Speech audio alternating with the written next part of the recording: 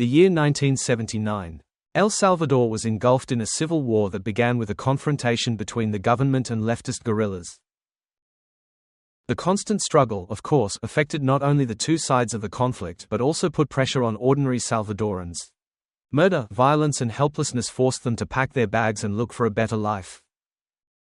The United States of America turned out to be the most favorable place for this. From 700,000 to 1 million illegal migrants rushed to taste at least a piece of this American dream. I will tell you that more than 95% of Salvadorans in the United States are law-abiding, hard-working and decent people. The vast majority of these people, overcoming Guatemala and Mexico on their way, ended up in Los Angeles, in the heart of street banditry in America. Due to the illegal situation, there were few ways to make money: small jobs in local cafes, cleaning the streets and selling souvenirs in local parks such as MacArthur. MacArthur Park is a recreation area controlled by the 18th Street Gang in the 80s. They blackmailed everyone who entered this territory and tried to make money there. Salvadoran migrants also came under the gun of the 18th. They faced a difficult choice: join the gang and forever connect their lives with crime, or pay taxes to juvenile gangsters. There were also those who did not like any of the options, and they created their own group, the bitter enemy of the gang of the 18th, Mara Salvatrucha. At the beginning of their formation, they were just a group of drug addicts who sometimes gathered to smoke weed, inject themselves, or drink alcohol. Absolutely anyone could join Mara Salvatrucha, although most of the gang members were Latinos. Divided into detachments, they began to actively recruit new people. In parks, universities, ghettos, and most of all in schools. Children from dysfunctional families were received with open arms. There was no need to persuade for a long time. They were offered immediately protection, money and authority.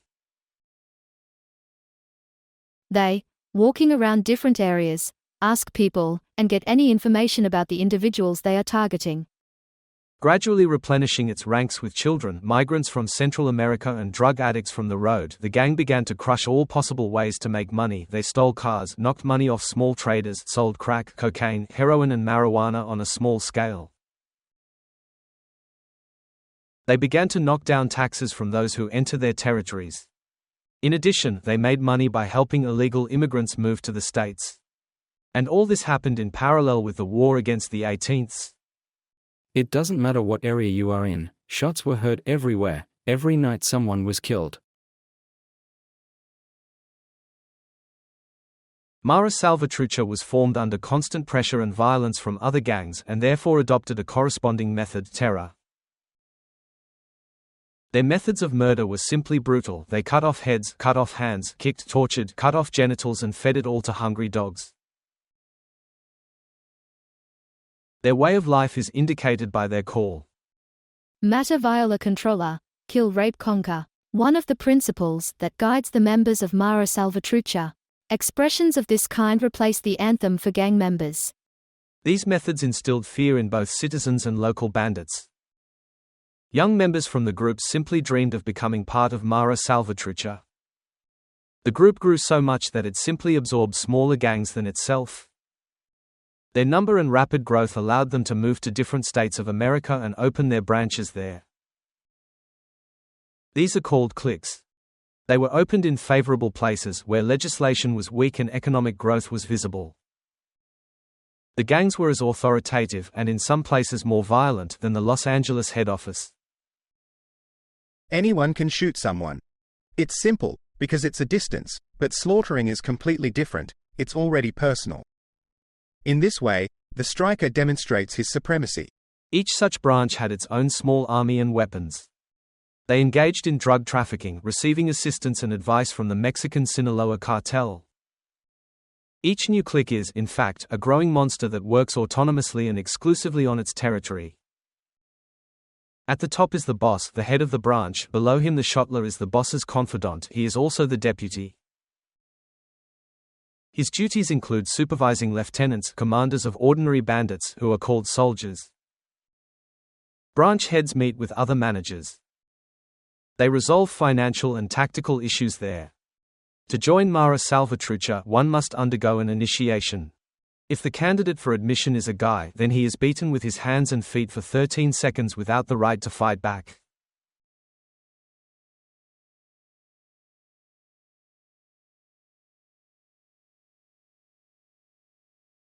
But girls usually have a choice, either to be beaten or raped.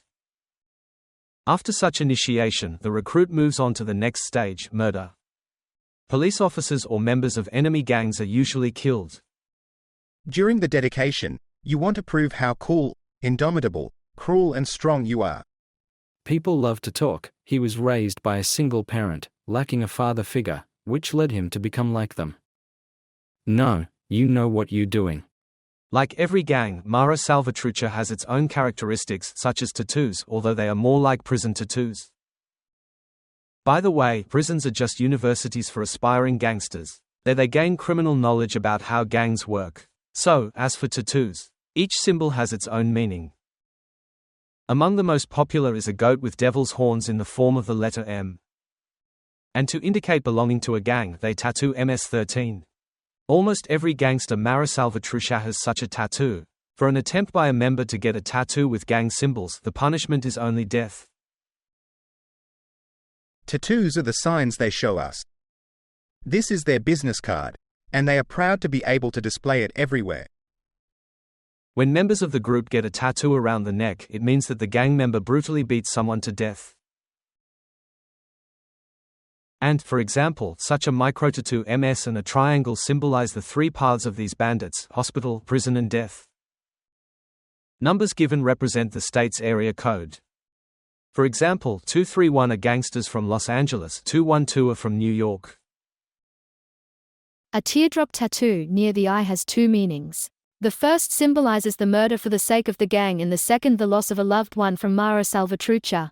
The list of features also includes non-verbal communication. These strange signs are actually signals for other gang members. In this way, they signal the approach of cops, enemy gangs, talk about their rank, and can even send an indirect text. This is how M is usually shown, and this is how S is shown, and this is how 13 is. And so too. In Spanish it is S and this is 3, so this is how they show 13. To the constant murders and racketeering were added migrants who constantly joined the ranks of Mara Salvatrucha. The US government implemented a harsh new migration policy in the 1990s. Non-American citizens connected to bandits, if caught by police, were automatically deported to their Central American homeland. In an effort to eradicate the group from the United States, the government only made it worse. Mara Salvatrucha grew from an ordinary street gang into an international crime syndicate which opened branches in his native El Salvador, Honduras, Mexico, Guatemala and even Spain. They brought with them to Honduras the entire culture of American gang groups, a behavior, style of clothing and music. The main problem was that people were deported actually naked. Directly from the police station, they were taken to the train station or airport and sent home. Faced with nothing, a person was faced with a choice: to become homeless or to rejoin the gang. The choice was obvious. Already experienced gangsters quickly crushed small businesses and created a whole culture which even those who went through the civil war in El Salvador joined. Many people who went through the civil war joined the ranks of Mara Salvatrucha. The post-war period in El Salvador allowed the members of the group to quickly get back on their feet and found their own syndicate. Things were going up so rapidly that Salvatrucha was able to spread its influence even in Central American prisons. But the most beloved area is the poor regions of Central American countries where they abused ordinary people. Salvatrucha's existence hinges on fear. Without it, the gang is non-existent. They tightly controlled their districts. People feared calling the police, and officers sometimes hesitated to respond to calls, knowing they'd confront MS-13. Despite operating independently in different regions, Mara Salvatrucha maintained a strong connection, quickly rallying to repel threats from police or rival gangs. Already in 1994, thanks to journalists, the world learned about the secret Sombra Negra. Sombra Negra, a clandestine group of former police and military, has been extrajudicially killing suspected criminals in El Salvador since 1994, believing authorities were ineffective against crime. Journalists link this organization to the government elite, but authorities deny involvement. There is, however, one paradox: when the government of one country puts pressure on Mara Salvatrucha, they simply go to another and arrange a wild massacre there. They are an unremovable feature of the poorest regions across diverse countries. Their connection is simply unrealistic. We have seen bandits who go from El Salvador to the United States, kill someone there, and then calmly return. Mara Salvatrucha has his own court, or rather, lynching. Clique bosses decide who, how, and what to punish. Leaving a gang or cooperating with law enforcement brings inevitable punishment. I was deeply involved with killers, their dealings, and their methods. If Mara Salvatrucha targets someone, they will definitely kill that person. For the fact that this girl, Brenda Paz, testified to the FBI about the activities of a crime syndicate, she got terribly even, committing a double murder. In 2003, pregnant Brenda was found in a ditch with stab wounds and numerous blows with blunt objects. Mara Salvatrucha instantly punishes traitors. Other gangs focus on self-promotion.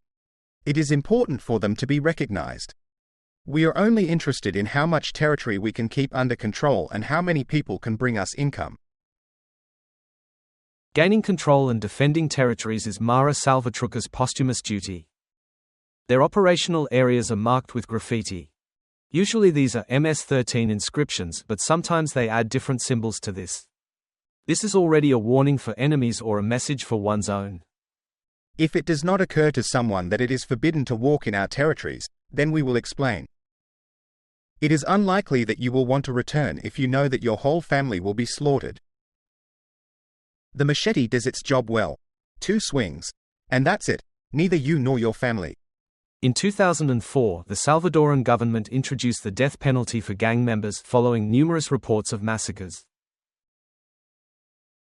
In response, members of Mara Salvatrucha, picking up an M16 and an AK-47, stuffed a bus with civilians with lead.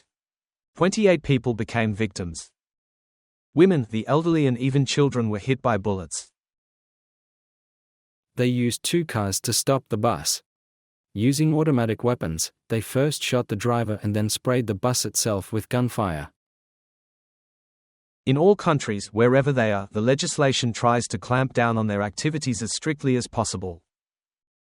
Often it comes to the point that they are thrown behind bars for no reason just because they wear an MS-13 tattoo. Preventive measures. If earlier they calmly walked and showed themselves to the public, now they try to cover up their tattoos to make it more difficult for the cops to find them. Although they are not at all afraid of going to prison, this is their second home, where they are completely comfortable. The prison for Mara Salvatrucha is a place where they communicate with experienced bandits, sign new contracts and recruit people. Generally speaking, the entire brain of this gang system is in prison. The most important bosses of their group are sitting in cages. Over time, their activities grew so much that the American FBI, in 2012, renamed Mara Salvatrucha from a street gang to a transnational criminal organization.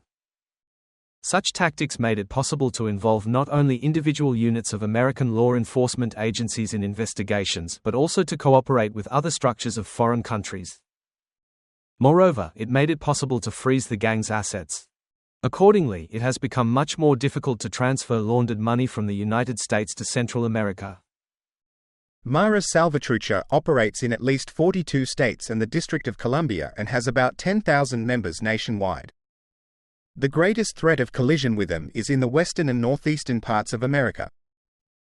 The change in the classification of Mara Salvatrucha from a street gang to an international crime monster of the 2017 forced Donald Trump to attract attention at the federal level.